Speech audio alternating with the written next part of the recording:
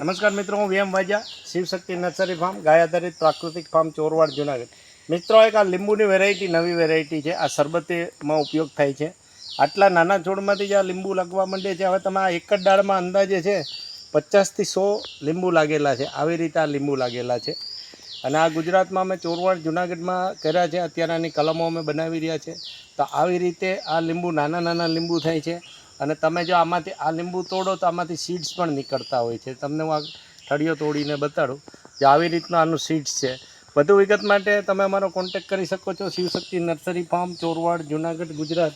Contact number છે 98 257 47 666. આ જ નંબર તમે ગૂગલ કે યુટ્યુબમાં નાખી અને અમારા અલગ અલગ વિડીયો જોઈ શકો છો.